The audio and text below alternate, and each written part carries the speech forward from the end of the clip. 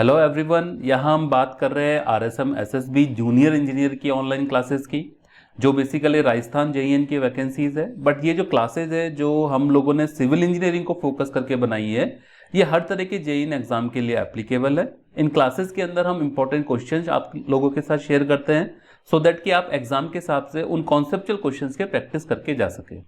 ठीक है, आज इस सीरीज की क्लास 11 है। क्लास 11 के अंदर जो हम लोगों का सब्जेक्ट चल रहा है वो स्ट्रेंथ ऑफ मटेरियल्स है।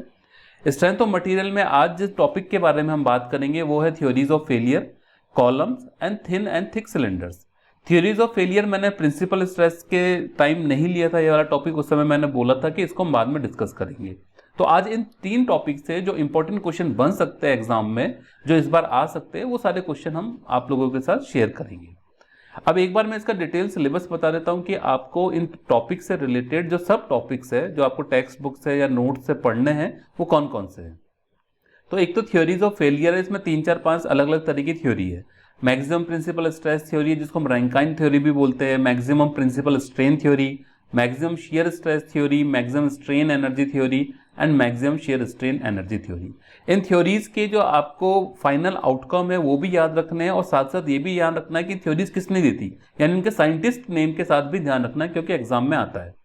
देन इनके ग्राफिकल रिप्रेजेंटेशन के ऊपर भी क्वेश्चन आ जाता है, डायग्राम के साथ जो क्वेश्चन है। देन उसके बाद हम आते हैं कॉलम्स के ऊपर। तो शॉर्ट एंड लॉन्ग कॉलम के बीच में डिफरेंस क्या है, उसके कोडल प्रोविजन क्या है, वो आपको पता होने चाहिए। देन आयलर थ्योरी के एजम्पशन क्या है, क्योंकि वो लॉन्ग कॉलम के लिए वैलिड है, तो वो एजम्पशन के ऊपर क्वेश्चन बनता है। मैंने यहाँ पे भी लिया है क्वेश्चन, ठीक है। देन अलग अलग केसेस है कॉलम के, लॉन्ग कॉलम के, कि दोनों एंड अगर उसके हिंज है, दोनों फिक्स एंड है, अगर एक फिक्स है, एक फ्री है, एक फिक्स है, एक हिंज है, इस तरह के कुछ केसेस है। उन केसेस में इफेक्टिव लेंथ क्या होगी वो आपको पता होना चाहिए। क्रिपलिंग लोड या जो फेलियर लोड है उसका फॉर्मूला क्या बनेगा उन केसेस में, वो आपको याद होना चाहिए। ठीक है, डायरेक्टली फॉर्मूले आपको याद करने बेसिकली। देन उसके बाद रैंकाइन थ्योरी, जो कि शॉर्ट एंड लॉन्ग कॉलम दोनों के लिए वैलिड है, उसका प्रिंसिपल क्या है, उसमें रैंकाइन कांस्टेंट क्या होता है, वो चीज़ आपको पता होनी चाहिए। देन उसके बाद सिलेंडर्स पे आते हैं, तब उसमें थिन एंड थिक सिलेंडर्स में जो थ्योरीज काम में आती है, दोनों के बीच में बेसिक डिफरेंस, दोनों में कोडल प्रोविजंस आपको पता होने चाहिए। दोनों में बेसिकली जो हुप स्ट्रेस है, लॉन्जिट्यूडनल स्ट्रेस है, उनके फॉर्मूले क्या है, स्फीयर के लिए फॉर्मूले क्या है, एंड यही सारे फॉर्मूले प्रिंसिपल स्ट्रेसेस वगैरह में या मैक्सिमम शेयर स्ट्रेस निकालने में कैसे वैलिड होते हैं वो भी आपको पता होना चाहिए। ठीक है।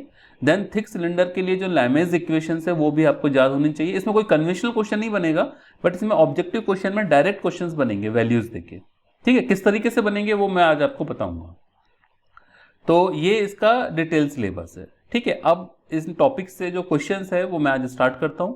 आज का पहला क्वेश्चन है, which of the following elastic theory is perfectly suitable in case of pure share. देखिए क्वेश्चन के अंदर यहाँ पे लिखा है प्योर शेयर की बात कर रहा है। Maximum shear strain energy theory, maximum principal stress theory, maximum principal strain theory, none of above. इसका आंसर है ए, यानी maximum shear strain energy theory.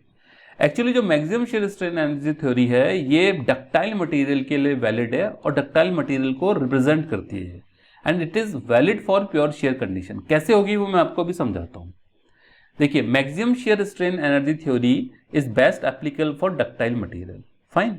According to this theory for 2D case, यानी 2 dimensional case की बात कर रहे हैं, यहाँ पे हम 2 प्रिंसिपल स्ट्रेसेस ले रहे हैं, सिग्मा 1 एंड सिग्मा 2। तो इस थ्योरी के अकॉर्डिंग जो आउटकम आता है वो क्या आता है, sigma 1 square plus sigma 2 square minus sigma 1 into sigma 2 less than equal to FY square. वो बेसिकली क्या है, यील्ड स्ट्रेस हो गया। प्योर शेयर के केस में क्या होता है, जो सिग्मा 1 होगा वो टॉ होगा, यानी शेयर स्ट्रेस होगा, सिग्मा 2 माइनस टॉ होगा। जब दोनों वैल्यूज को रखेंगे तो यहाँ पे टॉ की वैल्यू आती है less than equal to FY upon √3।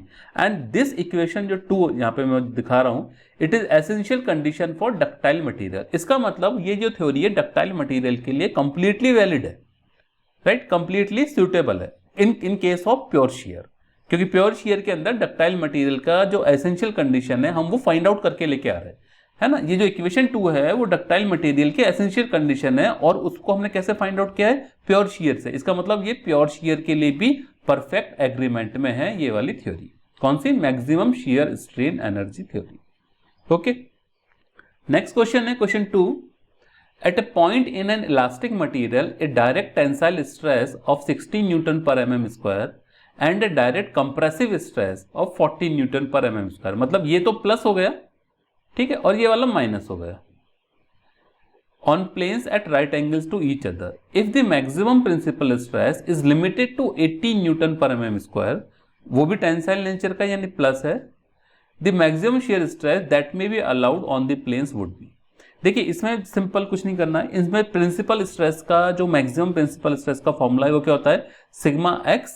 देखिए ये फॉर्मूला क्या होता है, sigma x plus sigma y upon 2. हम यहाँ लिखते थे प्लस माइनस, तो जो माइनस वाला होता था वो मिनिमम स्ट्रेस हो जाता था प्रिंसिपल, और जो प्लस वाला है वो मैक्सिमम प्रिंसिपल स्ट्रेस हो जाएगा. ये हमने फॉर्मूला लिख दिया. सिग्मा एक्स सिग्मा वाई जो है बेसिकली डायरेक्ट टेंसाइल स्ट्रेस है, डायरेक्ट स्ट्रेसेज है, जिसमें से सिग्मा एक्स प्लस है यानी टेंसाइल है, सिग्मा वाई माइनस है. माइनस है इसलिए -40 हमने यहाँ पे रखा, ये प्लस हो गया. इसको सॉल्व करने के बाद ये इक्वेशन आ गई. अब ये कह रहा है कि जो ये मैक्सिमम स्ट्रेस है it is less than equal to 80 newton per mm square, वो भी टेंसाइल नेचर का यानी प्लस है, तो ये लिमिटेड 80 पे हो गया.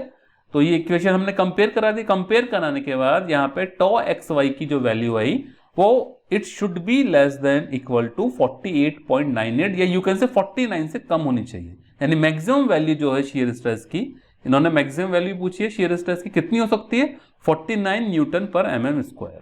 तो आंसर हो गया हमारे पास सी ऑप्शन. Got it. अगला क्वेश्चन है question 3. The principal stresses at a point in an elastic material are sigma, जो टेंसाइल नेचर का है, 2 sigma tensile nature and 0.5 sigma जो कंप्रेसिव नेचर है. The elastic limit in tension is 200 MPa and Poisson's ratio is 0.25. What would be the value of sigma according to maximum principal strain theory?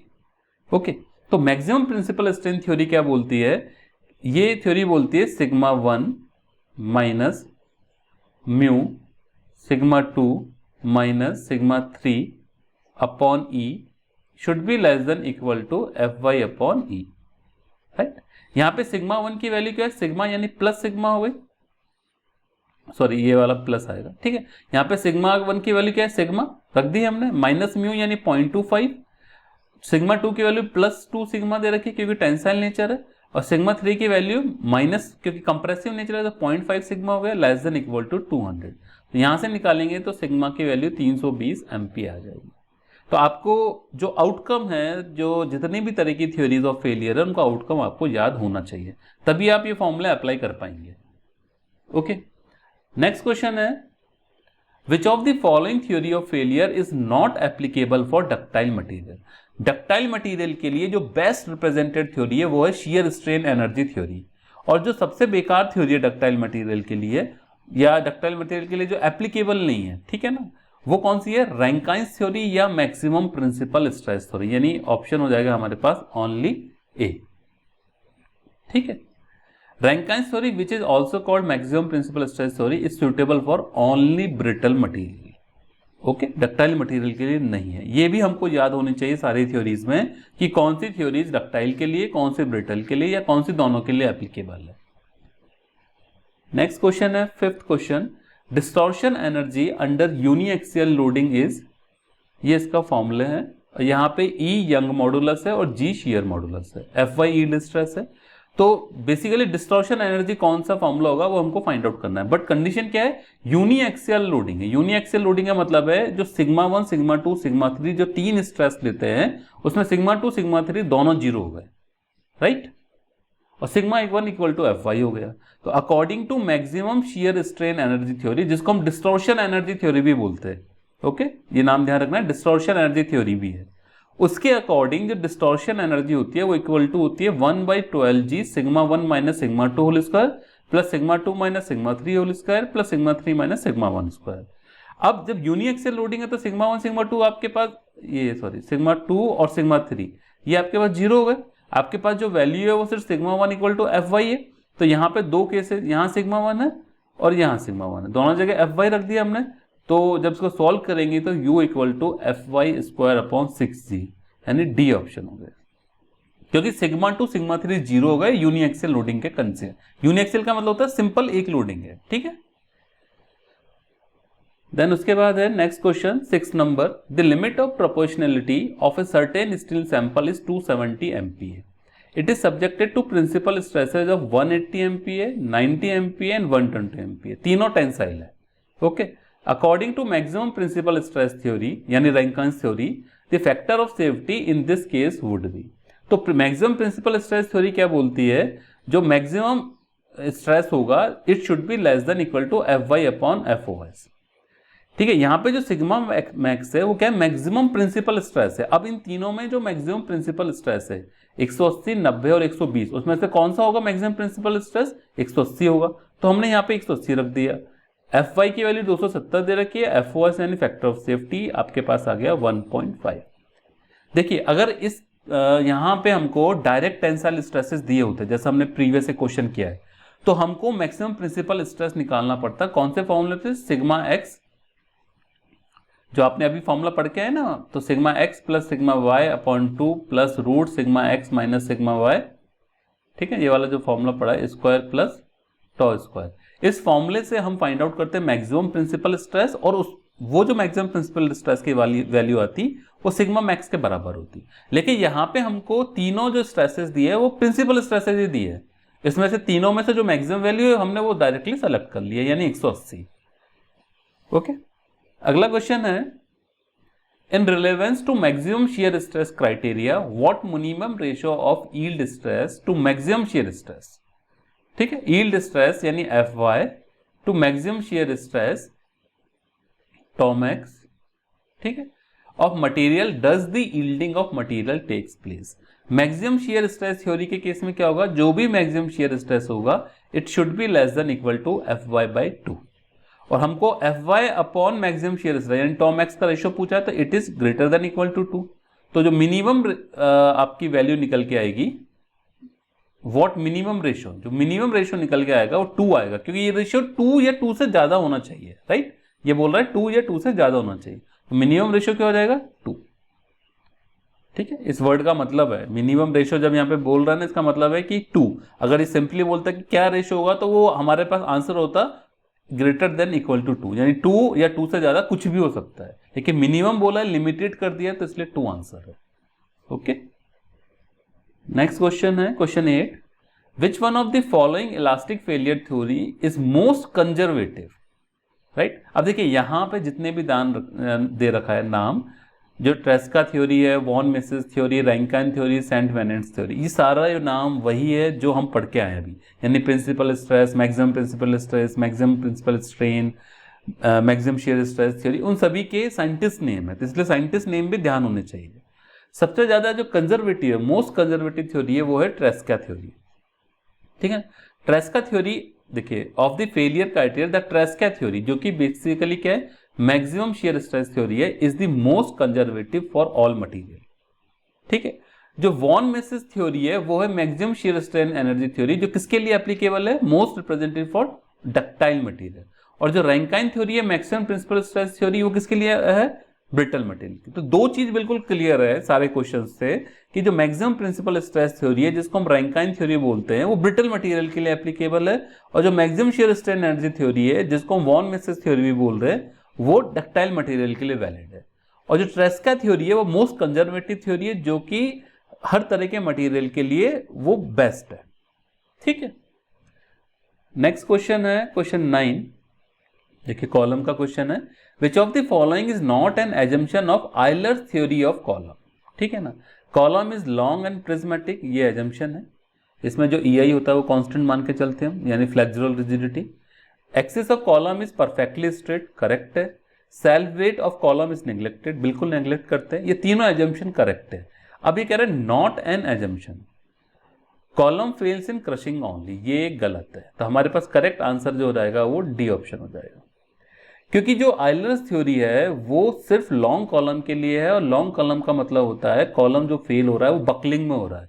Short column जो fail होता है वो सिर्फ crushing में होता है, लॉन्ग कॉलम होता है वो फेल बकलिंग में होता है। आयलर्स थ्योरी सिर्फ लॉन्ग कॉलम के लिए एप्लीकेबल है, इसका मतलब क्रशिंग के बकलिंग के लिए एप्लीकेबल है। अगर हम रैंकाइन थ्योरी की बात करते हैं तो शॉर्ट एंड लॉन्ग दोनों कॉलम के लिए वैलिड होती है। डी आंसर हो गया। Euler's theory of column is valid only for long column and used to estimate the critical buckling load of column, crushing load की बात नहीं कर रहा।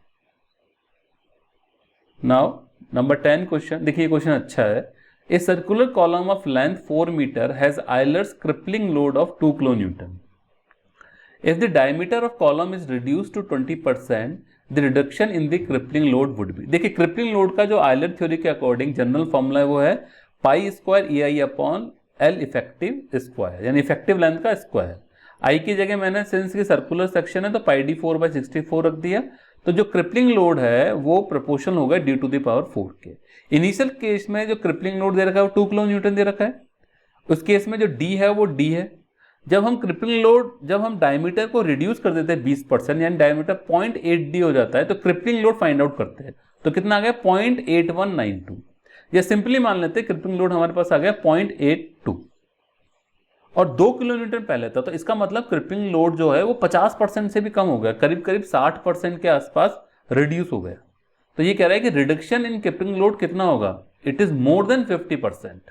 D option correct. इस तरह का क्वेश्चन और पहले भी एग्जाम में आए हुए हैं, ठीक है। देन अगला क्वेश्चन है 11 number, in Rankine formula of column design the Rankine constant is. देखिए रैंकाइन फॉर्मूला जैसा कि मैंने बोला शॉर्ट एंड लॉन्ग दोनों के लिए वैलिड है।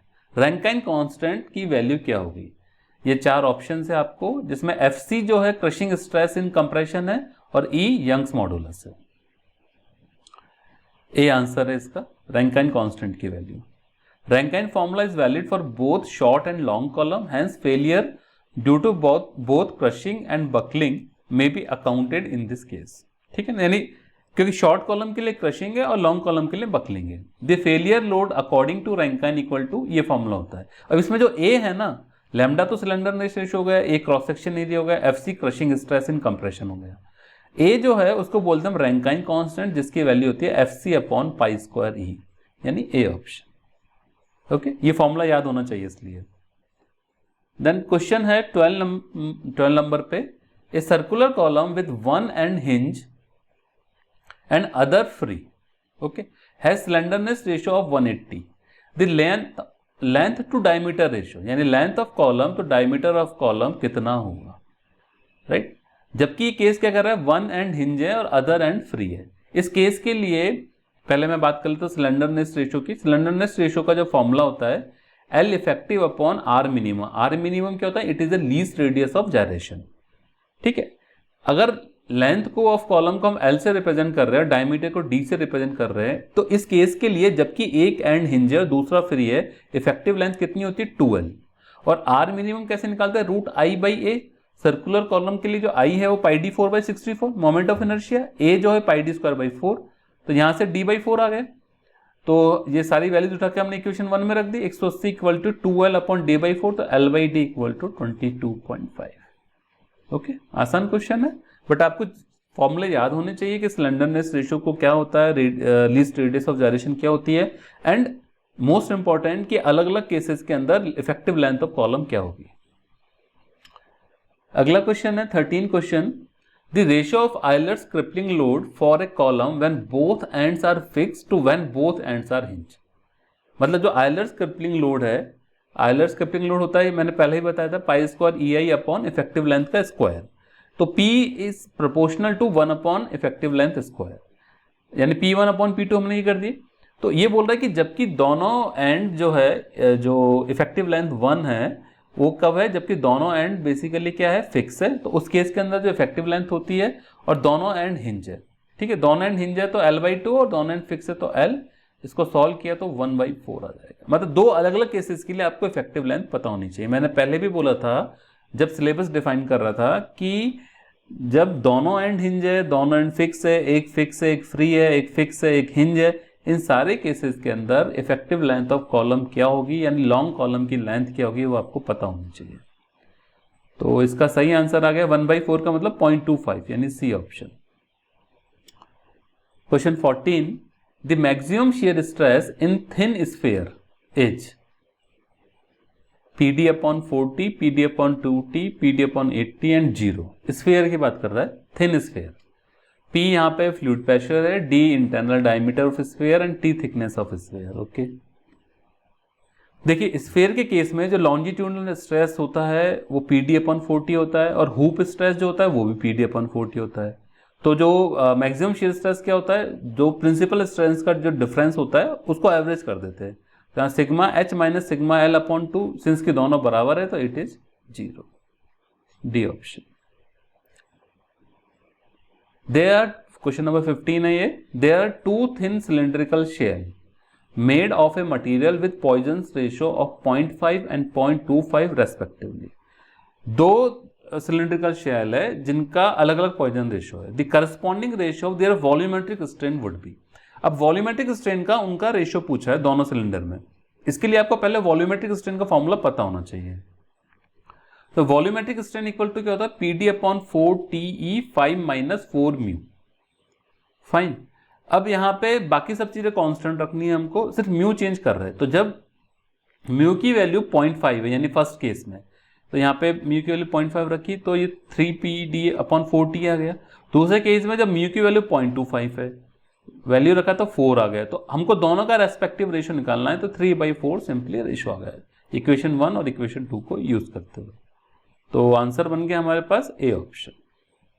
ठीक, next question, the longitudinal stress in a thick cylinder due to internal pressure is maximum. Thick cylinder की बात कर रहे हैं यहाँ पे, okay. Maximum at inside, minimum at inside. Thick cylinder के अंदर जो लॉन्जिट्यूडनल स्ट्रेस होता है वो throughout the thickness constant होता है, right, C option. In a thick cylinder the longitudinal stress due to internal pressure is constant, जो कि टेंसाइल नेचर का होगा throughout the thickness. However the corresponding hoop stress होगा maximum at inside and minimum at outside, वो भी tensile nature का होगा। यानी इंटरनल प्रेशर की वजह से जो लॉन्जिट्यूडनल स्ट्रेस होगा थ्रू आउट द थिकनेस वो कांस्टेंट होगा, टेंसाइल नेचर का होगा, और हुप स्ट्रेस होगा वो मैक्सिमम इनसाइड होगा और मिनिमम आउटसाइड होगा। ठीक है, थिक सिलेंडर की बात कर रहे हैं यहाँ पे। Now question 17, A seamless pipe with 60 centimetre diameter carries A fluid under a pressure of 2.5 Newton per mm square. If the permissible tensile stress is 120 Newton per mm square, the minimum required thickness of the pipe is. Simple है इसमें। तो इसमें जो hoop stress का formula आपको use करेंगे, hoop stress equal to PD upon 2T। आपको thickness निकालनी है बस इसमें, ठीक है। PD अपॉन 2T यूज किया तो T इक्वल टू ये फॉर्मूला बन गया। P आपको 2.5 जगह, D 60 सेंटीमीटर का मतलब mm में कन्वर्ट कर लिया, क्योंकि बाकी वैल्यूज जो स्ट्रेसेज है वो mm पर स्क्वायर की फॉर्म में है और आंसर भी mm में पूछा है। तो 60 इंटू 10 कर दिया, या 2 इंटू 120 कर दिया, तो 6.25 mm आ गया, यानी ए ऑप्शन। ओके, और आज का लास्ट क्वेश्चन है question 18, analysis of thick shell का मतलब हो गया या तो सिलेंडर हो या स्फीयर हो, इज कैरिंग आउट बाई, ये मैंने सिलेबस में बता दिया था, लैमेज थ्योरम। थिक सिलेंडर का या थिक शेल्स का जो एनालिसिस करते हैं वो लैमेज थ्योरम से करते हैं। Analysis of thick shell is done by using Lame's theorem. In this theorem material is assumed homogeneous and isotropic. Homogeneous का मतलब उसकी ऑल राउंड जो प्रॉपर्टीज है वो आइडेंटिकल है इन आइडेंटिकल डायरेक्शन, और आइसोट्रोपिक का मतलब होता है ऑल राउंड जो इलास्टिक प्रॉपर्टीज है वो आइडेंटिकल है आइडेंटिकल डायरेक्शन में। And longitudinal strain is assume constant at every point in thickness, यानी थ्रू आउट द थिकनेस है जो longitudinal strain as well as longitudinal stress due to internal pressure is constant thick cylinder में। Fine, सो ये topic आज का over हो गया। अब जो क्लास 12 होगी वो लास्ट क्लास होगी स्ट्रेंथ ऑफ मटेरियल्स की, उसके बाद फिर हम एक नया सब्जेक्ट स्टार्ट करेंगे। ओके, और जैसा कि हर वीडियो में होता है, इस वीडियो का जो PDF है वो डिस्क्रिप्शन में अटैच है, तो आप वहां से डाउनलोड करके इसको प्रैक्टिस के लिए यूज कर सकते हैं। Okay, fine.